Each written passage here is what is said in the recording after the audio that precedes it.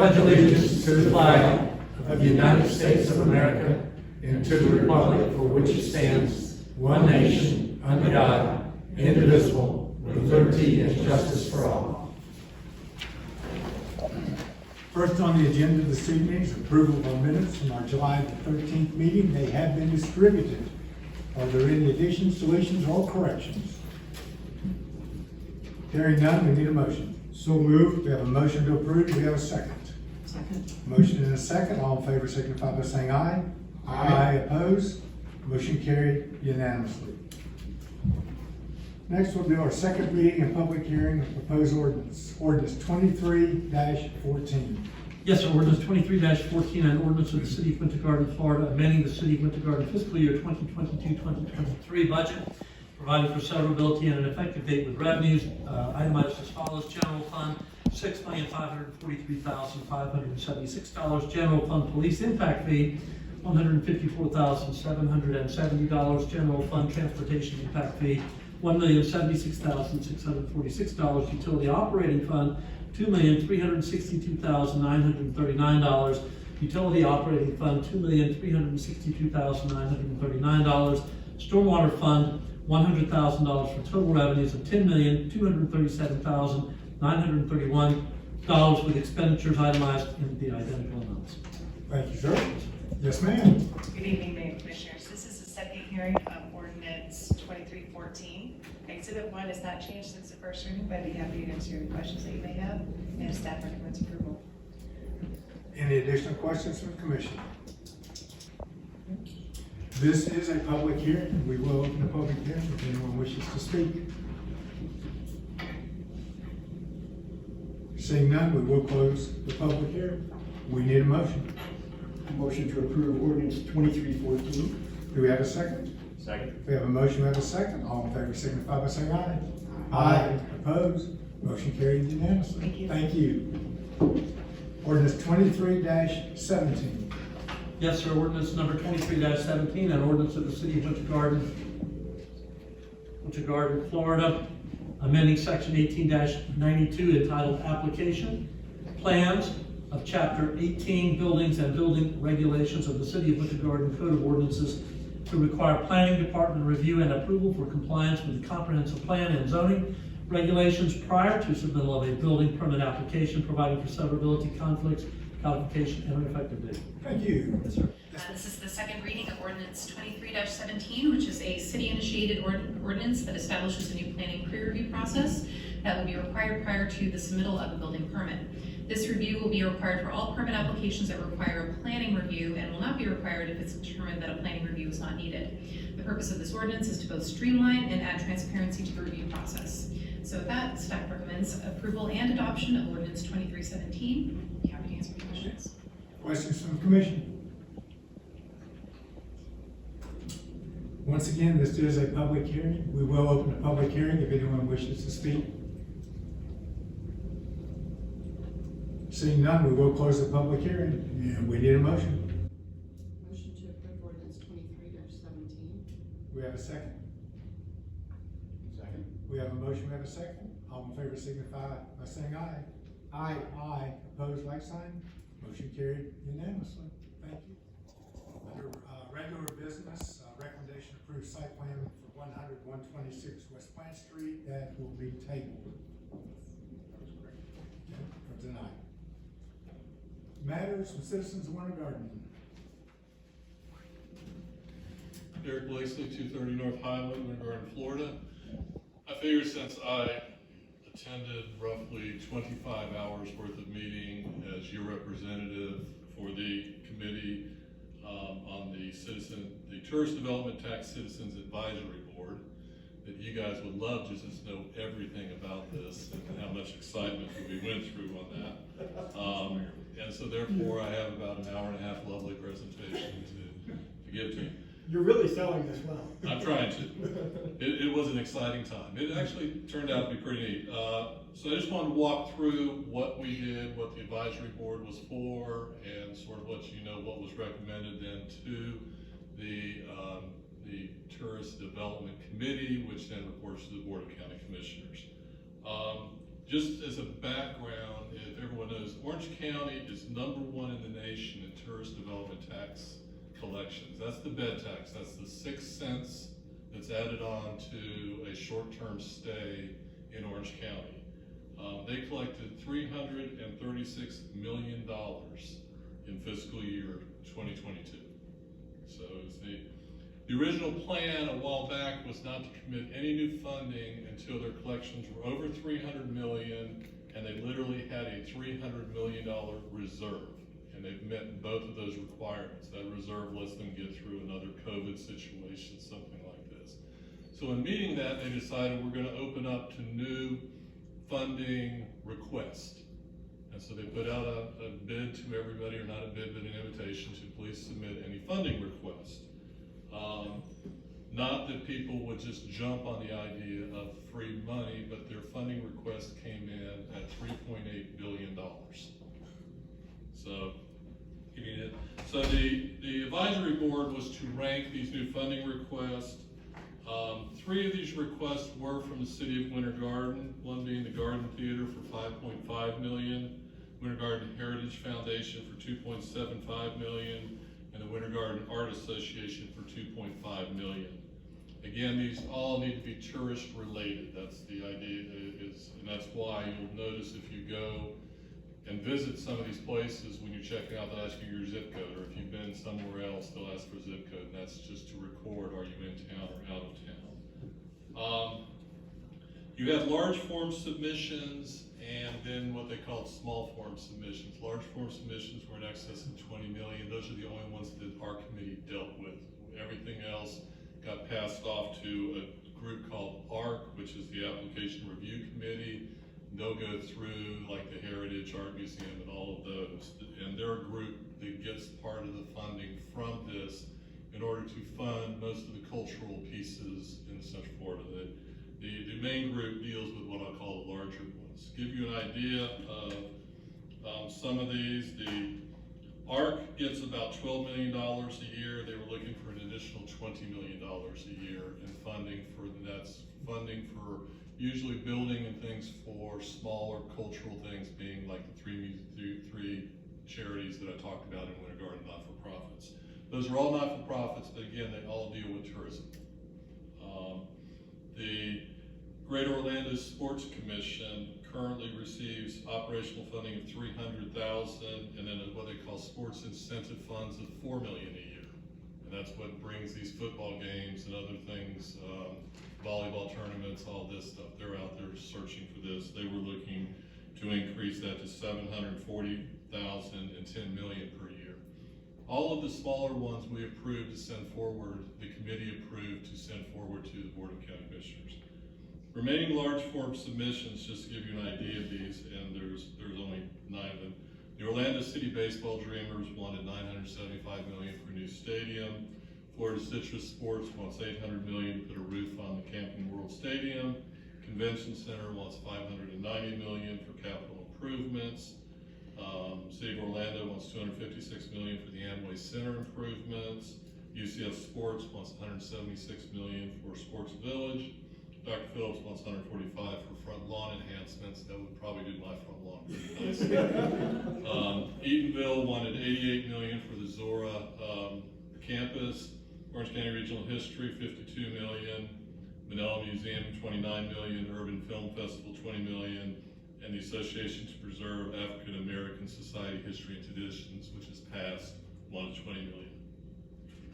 Of those, the Convention Center, Camping World Stadium, Amway Center, Dr. Phillips, and UCF Sports were voted to be passed along. Those were the ones that when we ranked everything, said these are the ones that are ready, and so they'll go forward.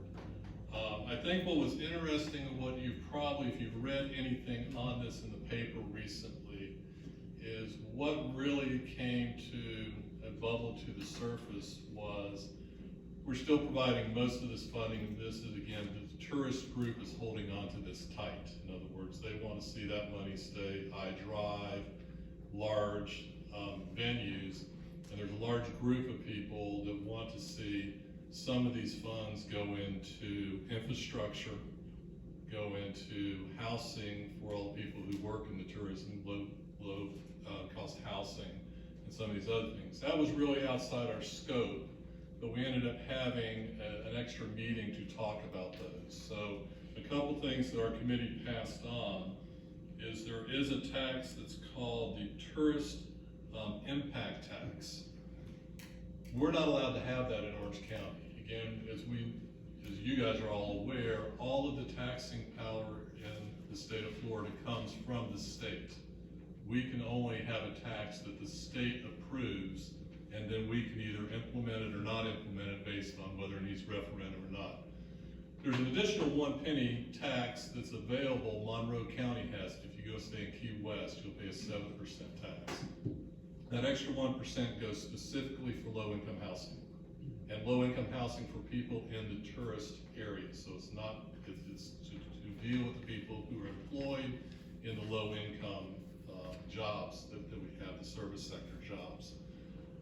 Our committee passed on that we wanted Orange County to talk to the legislative group about removing that restriction, because it's restricted to specific counties, and let Orange County make a decision of whether they would want it or not. Again, we're not advocating for the tax, we're simply saying Orange County should have the right to have its citizens vote in a referendum if they thought they should have a 1 cent tourist tax that would be for housing only.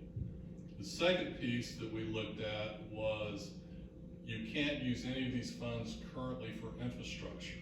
And one of the arguments in Orange County is, all the tourists here tremendously increase our population.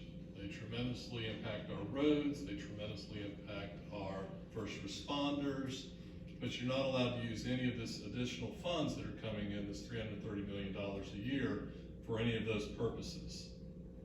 There's some rules out there that say that if you spend 40% of your tourist impact or your tourist tax dollars on tourism promotion, that potentially you can then move some of your dollars into the infrastructure pool.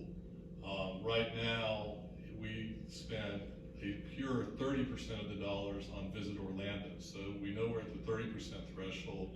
And what you're reading in the papers and stuff is some argument about can we get to the 40% threshold if we look and we go out to the convention center funding and go, well, what amount are you spending on promotion? Because right now they're not treating any of those dollars as being promotion dollars. So there's some esoteric arguments, but that's something I think you're going to continue to see is, can we have some of these funds come back for infrastructure? It's a lot of money coming back into the community through this tax that's all being put into pure tourism pieces, and to where the rest of the citizens have to sort of have the impact of having that on them. So that was our excitement. We're done. It's passed on now to the Tourist Development Group, which then reports to the Board of County Commissioners. They're the ones who really have the only say in it and the only vote on it. But that was my exciting 5 meetings and 4 hours of meetings. So, the request, if I look at what we collect, 336 million, 3.8, so it's something like 9%. And when I say we've collectively, Winter Garden has applied for 3 different grants. Do you have any idea what the chances or opportunities are for either the Heritage Yard or It may not be bad. I really don't know, because again, they're going to go through a group called ARC. They're going to go through that get their acronym correctly, the Application Review Committee. And in ARC's already has funding. So you're falling into this group that funds things between $1 million and $10 million. So that's really where they'll fall into. Now, there's a lot of people in that pool, but one of our proposals going forward was to move that pool from getting, I think it is, let me get the exact number from you, that pool going from for 12 million a year to an additional 20 million. In other words, we're really sort of saying, hey, of the increase that you're getting, these extra dollars, a lot of that probably ought to go to this group, because this spreads throughout the cultural community. Again, most of the pure tourism things are you're dealing convention centers, I Drive, Amway downtown, Dr. Phillips downtown. Suddenly these other ones, the cultural ones, are the ones that spread through the community. And this was one of the first times that they had representatives from all the different communities on there. Apopka was there, Belle Isle, all the different ones, so who knows? Okay. We appreciate you putting in the time and doing that. On the 1 to 10 million, is that a fast track, or are they all kind of happening? No, that's simply their range. Okay. In other words, that's the range. If you're applying to the tourist development tax and your grant request is in the 1 to 10, that's where you go. That's the group that looks at you. You don't go directly to the Board of County Commission, and plead your case there. You go through the first group first. Well, thank you for your time and your commitment and your community service. Yet again, So, we are indebted, sir. thank you. Thank you, Gary. Yep.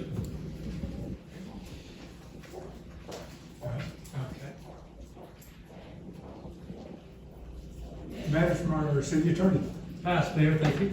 city manager. Two brief items, Mayor. At the conclusion of the legislative session, the governor signed into law a bill that authorizes county municipalities to enforce speed limits within school zones using camera technology.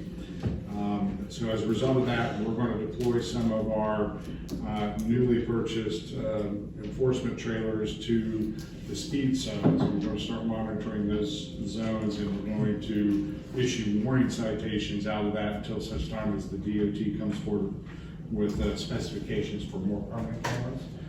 They have a deadline, as my understanding, as of December to come forward with those specifications. So we're going to include some money in this year's budget to roll out some red light camera technology, as well as some cameras associated with the enforcement of the speed school zones. Just wanted to give you a heads up that as schools beginning to start, you're going to start seeing the presence of those trailers. Second item is I've distributed an ordinance, a draft ordinance for the residential overlay district. I did distribute a previous version via email, and since that time we've had some minor changes to the draft ordinance. Those items are highlighted in yellow. If you please review it, provide me any comments between now and the next meeting, and hopefully we'll put this on the agenda for consideration for a first reading at the next meeting. Other than that, One question back on your camera. There's no teeth in it. I mean, a warning ticket other than sitting on the side of the road for 10 minutes and go ahead, There is, legislation does provide for, I think it's $100 fine. Okay. But again, the DOT has to draft those specifications for the cameras. There's no points, if I recall correctly, associated with it. Yeah. Fine that will come. Okay. So, and I think at some point we'll have to bring back an ordinance for the commissioners. We can make the warning pretty scary. Yeah, At least give us- $100 fine could come, and anything that we can get people to slow down is always a good thing. Yeah, it's also my understanding that those tickets won't be permitted to be issued until such time that they reach 10 mile an hour or so. Yeah. So school zones, 15, 20, so they can go 10 miles over, which is probably 15%. Going on the highway is 7%. Yeah. Okay. Anything else, sir? Nothing further. Commissioner Sharman. Well, I think you guys are running an efficient meeting tonight. I don't have anything. Commissioner Mason. Pass, thank you. Okay. Commissioner Mule. Two quickies in. Number one, just thank city manager, entire staff on the traffic calming plan. It continues just to generate a lot of general happiness around here for those that live on those streets. That's where we'll put it, but I'm starting to see more and more compliments. And then I forewarned you, Miss Annabelle Sykes out here, who I understand won the Family and Faith Journalistic Award over the weekend. I just want to congratulate her. Nice job. Commissioner Bennett. Thank you, staff, for all your hard work on putting together the proposed ordinance. A lot of time and effort went into it, so appreciate it. And congratulations. I'll echo the congratulations. Very good. Thank you. With that, we will adjourn.